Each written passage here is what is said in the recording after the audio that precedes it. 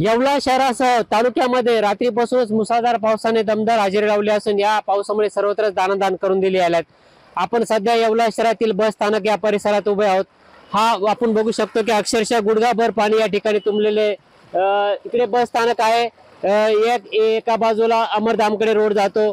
या ठिकाणी मोठ्या प्रमाणात पाणी तुंबलेलं असल्याने नक्कीच येणाऱ्या प्रवाशांना देखील या पाण्यातून येण्या जाण्याची वेळ येत आहे। आपण बघितलं तर एकूणच बघितलं तर रात्रीपासून मुसळधार पाऊस चालू असून अक्षरशः आता बस स्थानकातून बस डेपोमधून बस जात आहे।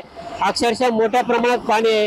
गुडघाच्या वरही देखील पाणी वाढल्याने अक्षरशः अमरधामकडे जाणाऱ्या भक्तांना देखील याचा सामना करावा लागत आहे। आपल्यासोबत काही येथील स्थानिक नागरिक आहेत। काय सांगाल की पाऊस चालू आहे रात्रीपासून? मंदिरामध्ये जाण्यासाठी बी मार्ग राहिला नाही, पूर्ण पाण्याने फुल पाणी आलेलं आहे आणि बस स्टँड कडून जाता येत नाही। सर्व गाड्या पण लॉक झालेले आहे। खूप पाणी मोठ्या प्रमाणात पाणी वाढलेलं आहे आणि खूप पाऊस झाला, रात्रीपासून पाऊस चालू आहे।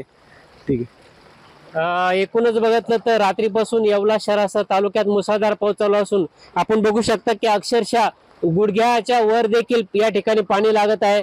अमरधामकडे जाणारा रस्ता देखील यामुळे बंद झालेला आहे।